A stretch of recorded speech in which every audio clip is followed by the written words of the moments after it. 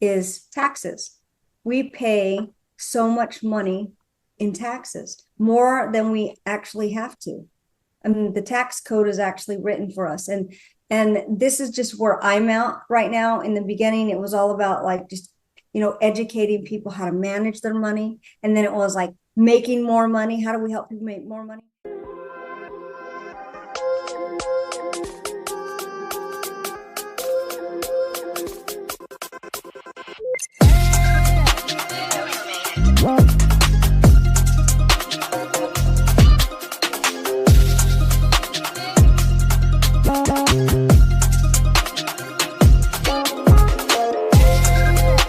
Hello, Empower Nation. Welcome to Empower Her Money podcast. I am your host, Angela Duncan, speaker, best-selling author, serial entrepreneur, and we talk all things money and business. Today's episode, I get to interview Chris, otherwise known as CQ. She is with CQ Consulting Services.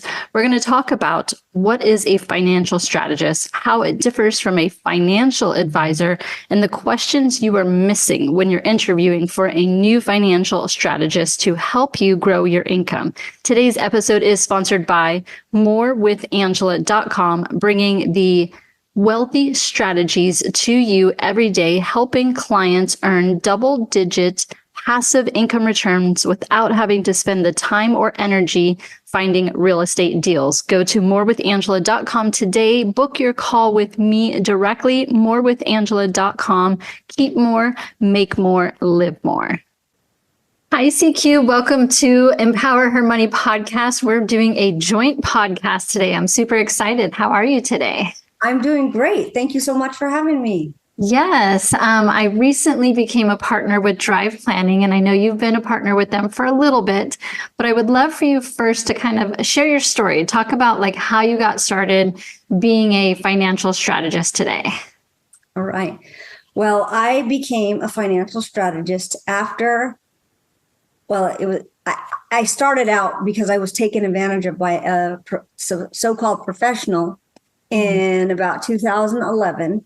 And at that moment, I decided I was never going to let anybody take care of my money ever again. So I started learning. And the more I learned, the more I realized, the short version of it is I realized that the less we know, the more money that the financial industry makes, the more the government makes. And it really empowered me or inspired me to I need to help everybody and let everybody know all the things that I had learned. So, and it just kind of developed into becoming a strategist. So you've been doing this for a little bit. Yes, I love it. I dreamed that this is what I was going to do. It just sort of, how they say, make your mess your message. Well, being taken advantage of actually turned out to be a blessing in disguise for me.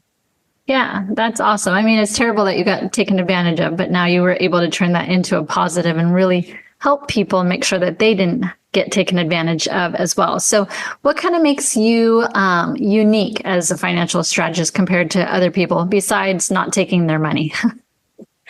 Yeah. So I think what makes myself and my company different is that we are all about education, and we want our clients to realize that they don't necessarily need us. We want to educate them and show them that there is a different route. Going the traditional route is basically subjects people to having to put away money for 45 plus years to maybe have enough money to be able to retire. And we feel like we can help our clients. We have helped our clients become financially free within, 3 to 7 years. And it's not difficult when you know the right strategies and you have the right tools. It's not as difficult as they would like us to think it is. Yeah. And so when you say traditional route, what does that mean in case someone listening doesn't understand? Traditional is putting all your money in the stock market. Stocks, bonds, mutual funds. Stocks, bonds, mutual funds. I actually started in the beginning with real estate, which is something, I know that you are very much into. That was one of the first things I found out, is that I could actually take my IRA after I lost my job. I was able to turn that into the self-directed self-managed IRA. And so I started buying real estate with my money. And that was the beginning of where I am today. Yeah. Been a learning curve, but you continue to learn, I'm sure, as even though, you know so much now, there's always more for us to learn too. Right. We've never stopped learning. Yeah. So what should people, when they meet with either a financial advisor, financial strategist, what should they be asking about? Well, I think today, the thing that I've been working on a lot now, and I've noticed how many people are interested, is taxes. We pay so much money in taxes, more than we actually have to.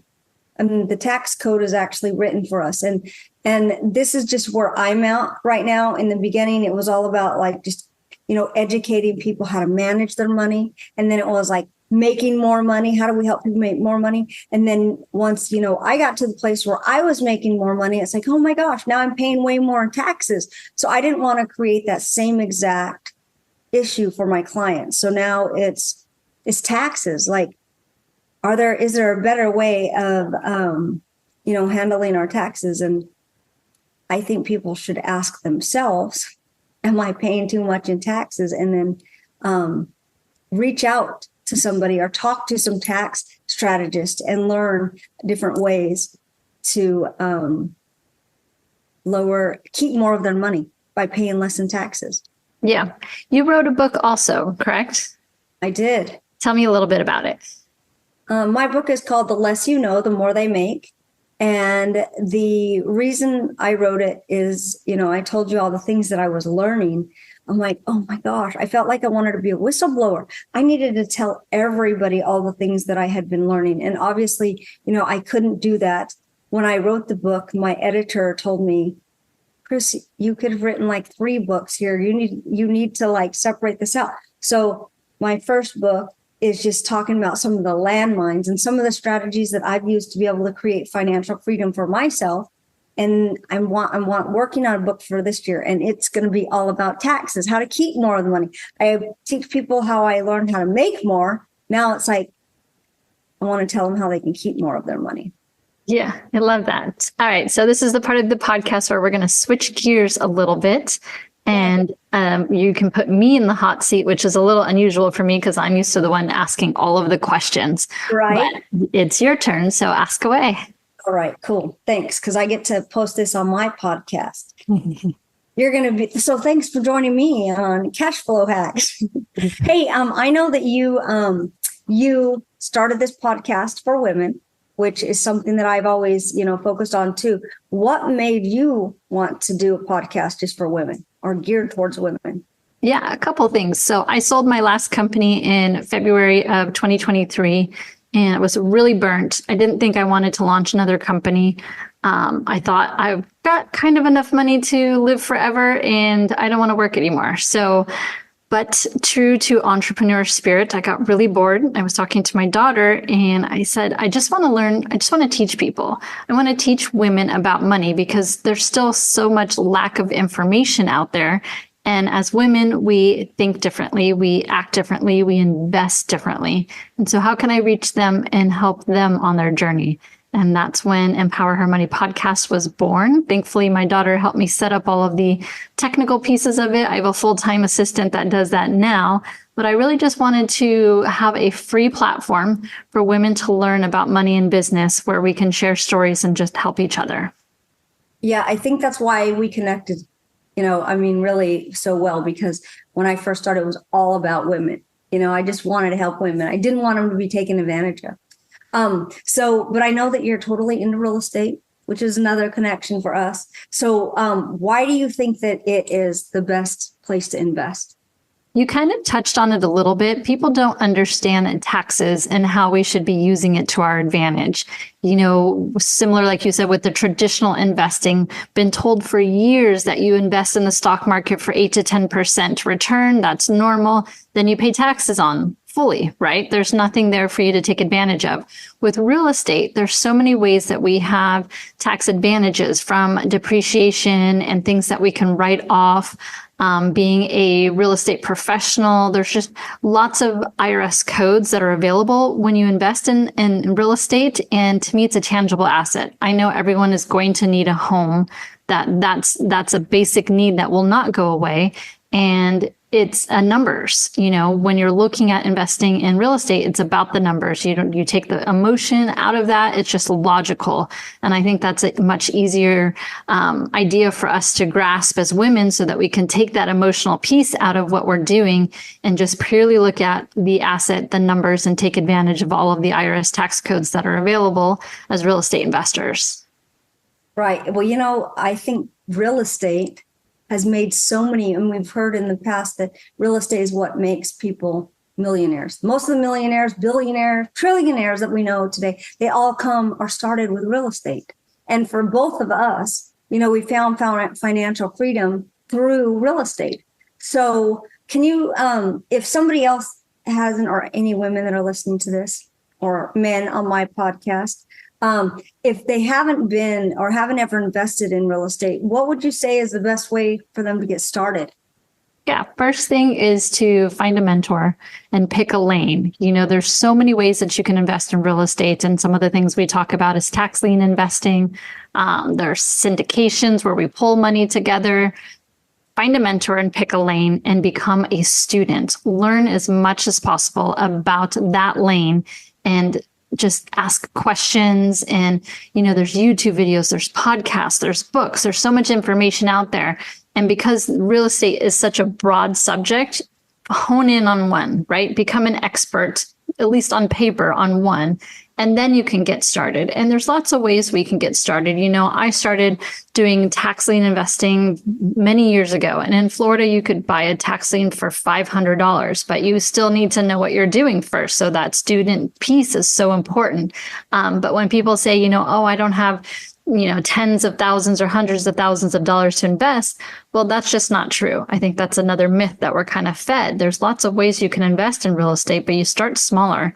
But if you don't find a mentor that's already doing what you want to learn and is successful in that route, then it's like buyer beware, right? That we don't want to just go invest in something because we saw some seminar or watched a class or something like that. I'm a big fan of Grant Cardone. I'm in his community, but he makes it sound so easy, and it can be when you have the right knowledge and information and mentor. But otherwise, you could lose your shirt, and I don't want that to happen either. You know what? That's funny that you say that, because you're right. There's so many coaches out there that make things look like they're so simple. And it's like, you asked me what the difference is, like with me and my company. One of the things is that, like, through all the programs that I've been in and paid for, it's like, I got so much amazing information. Like, I did the tax lien thing too in the beginning. I was like, this is so awesome. But it's like, you can lose a lot of money if you don't know what you're doing. Mm-hmm. So it's like, my program is like, I help people.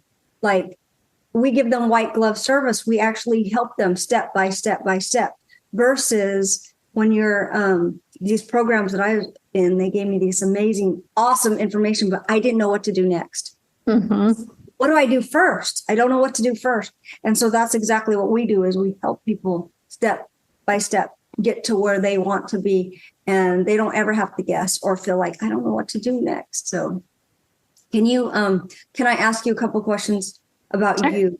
Yes. Or, I know this is an educational program, but I like people to kind of get to know, like, are you from Florida? No, I was born in San Francisco. I moved around a ton as a kid. My stepfather did not live on the right side of the law, and so we moved a ton, and we didn't have a ton of money. I don't know that I necessarily call anything home, but I did live in San Diego probably for the most part of my young life. So I do call that home, I guess. Oh, wow. We can totally relate in that area, because I actually moved to Florida from California, and I was in San Diego too. Oh. So I didn't know that about you. What kind of things do you like to do for fun? Yeah, well, my daughter's off to college and I have 2 dogs. I love to travel. I went through a divorce a few years ago, so it's been an adjustment to learn how to travel without the plus one, just finding a new community. I do go to church. Miami is filled with everything. So arts, sports, festivals, do a lot of conferences. Yeah. And podcasting and working. Well, yeah, you know what? It's funny because when you find what you love to do, it doesn't feel like work. Yes. Right now, like I said, being financially free, we could retire. But to me, what does retirement mean? It means working because I want to, not because I have to. And it's cool to help other people to be able to create that for themselves also. So Absolutely. that's what I do for fun. Anyway, I don't know, anything you want to know about me before we end your podcast? What do you do for fun when you're not working? Oh, when I lived in California, I like to surf. I used to get up every morning and surf, but I love to mountain bike. I like hiking. I don't know. I love the sun, and I'm so glad to be in Florida now because I like waking up in the morning and just getting up and taking my dog for a walk. And I mean, I like nature, really, is what it comes down to. Yes, we are very blessed. If we're leaving one coast, going to the other. Yes. But you're a city girl. I like cities, but I think I'm actually, as I've gotten older, I like kind of a quieter life. Yeah. I moved into an area where there's a lot of young people and they like to party, like country club partying, they're, so, and I've realized that I've become more of an introvert, not so much an extrovert like you. When I first met you, I'm like, oh my gosh, you have such a good personality that I'm just like, she's going to do amazing in this area. Yeah. I mean, not just real estate. Now you're expanding, and I love that. So Thank you.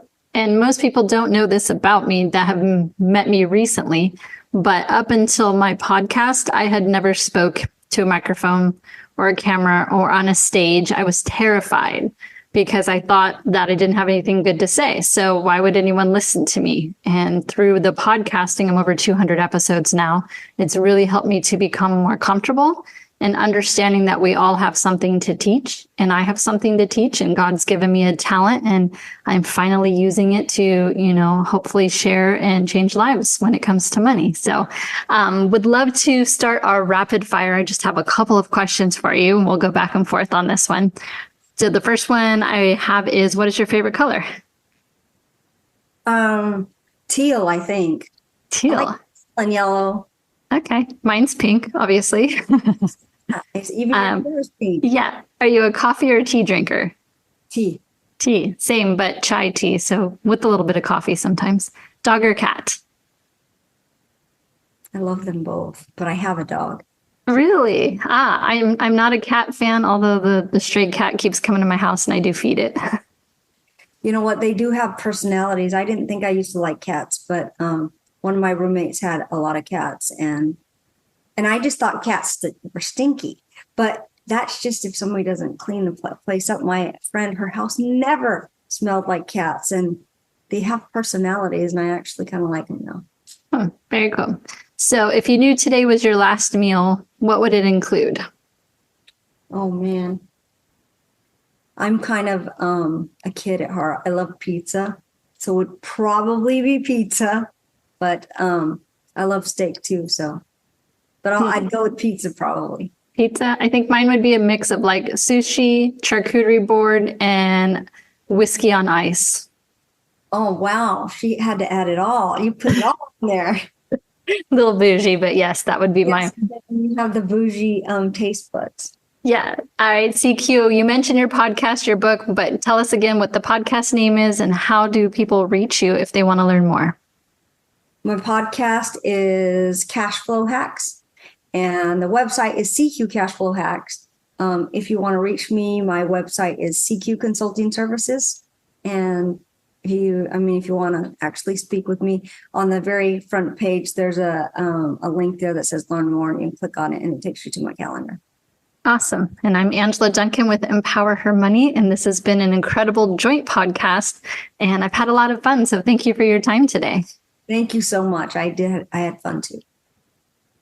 Thank you so much for tuning into Empower Her Money podcast. Hope you enjoyed this episode. Don't forget to subscribe, share this podcast, and leave a review wherever you are tuning in.